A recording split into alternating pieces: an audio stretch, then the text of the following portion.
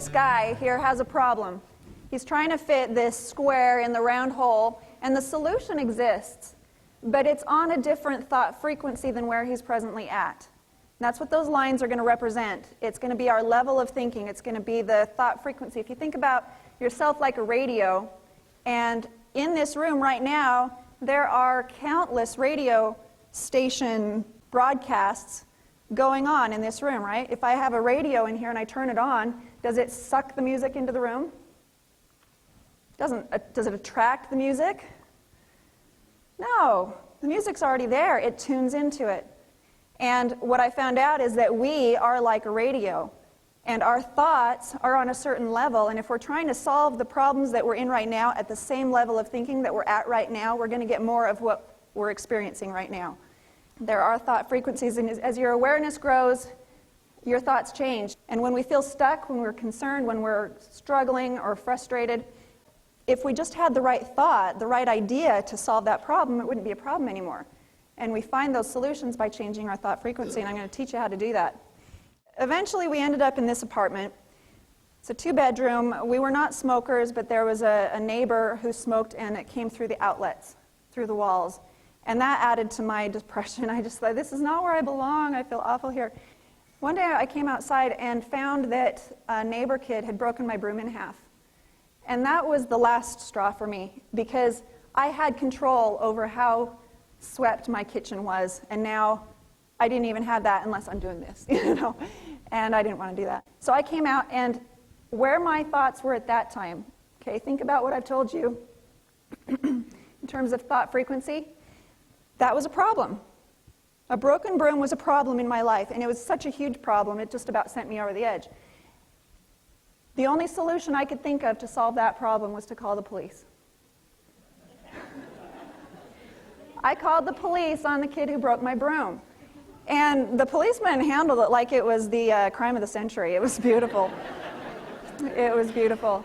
But his grandmother was not very pleased with me. She told me, she said, it's people like you, that's the only reason that he's even got a record.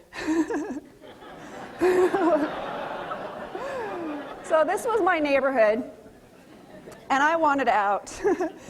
And it was actually in this location that I hit a sort of rock bottom for me, where all those years I'd heard seminar speakers telling me, think big, picture what you want, dream big. How many of you have heard that? Yeah. And I'd been hearing that for 100 seminars. And you know what I did? I thought, picture what you want. Dream big. Fine, I will. So I went to bed. I'm like, I'm out of here. I'm checking out. I just rolled over, and I thought, if life isn't going to show up the way I want it to, I'm just going to live it the way I want to, right here. La la la. Just checking out.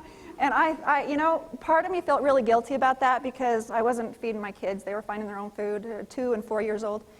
And for about 3 days, I slept whenever I could. I just wanted out. And so I started picturing, okay, what would be like if? I closed my eyes and imagined being in a house of my own. I imagined walking through the door at the end of the day, playing with the kids outside or something, and having them run past me, and in front of me was a living room, and if they went over here, they'd come through the kitchen this way, and that was a runaround, which is, by the way, very important if you have young children. My mother taught me that a long time ago, that if you're going to raise children, you have to have a runaround in the house. Otherwise, they're only dead ends, and that's no fun. And so I lived this in my head for a while, and I did it to spite the seminar speakers. I did it to spite them. They had my money. And I was a little bit bitter about that. And so I checked out. And a year later, we had moved into this home, which was a dream for me. I hadn't pictured grass.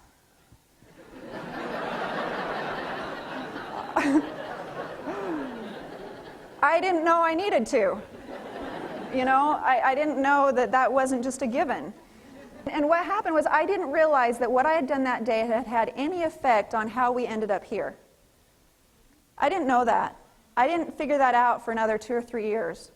And the problem with that is that what had actually happened was my taking the time to put an image on the screen of my mind and allowing myself to live it, to feel it for a period of time, started things in motion to provide the doors that would open for us and the path to line up in front of us to get us to a place like that.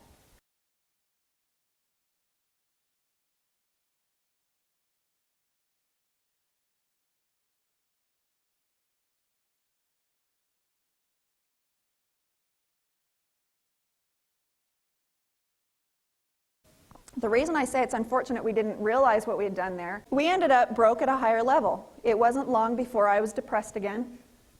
I did call the cops again on a kid who stole cookie dough out of my fridge.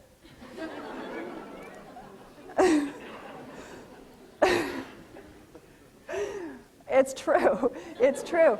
No, actually I came home from somewhere and the door was ajar. I'm like, somebody's been here.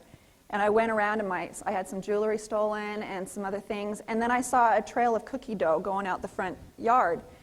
And I'm like, and so I did. I called the cops and I said, you know, it's not really a big deal, but I think I've been broken into. Am I supposed to report this? And he came out and treated it like the crime of the century again. He actually went around the neighborhood and interviewed other kids and found the boy. And I'll just on a side, it's really funny. He goes and he knocks on the door where the boy lives, and they come to the door with his mom, and he's behind his mom's leg. And he says, you know, we've had a break-in across the way, and he says, do you know anything about that? And he's like, no, about 5 years old. He looks at his shoes, and he goes, we have footprints. And by the way, he fingerprinted at my house. He literally did. He went to the trouble of doing that. And then he looks straight at the little boy and he says, and we have fingerprints too. And the little boy goes, on the white plate. It was awesome. It was awesome.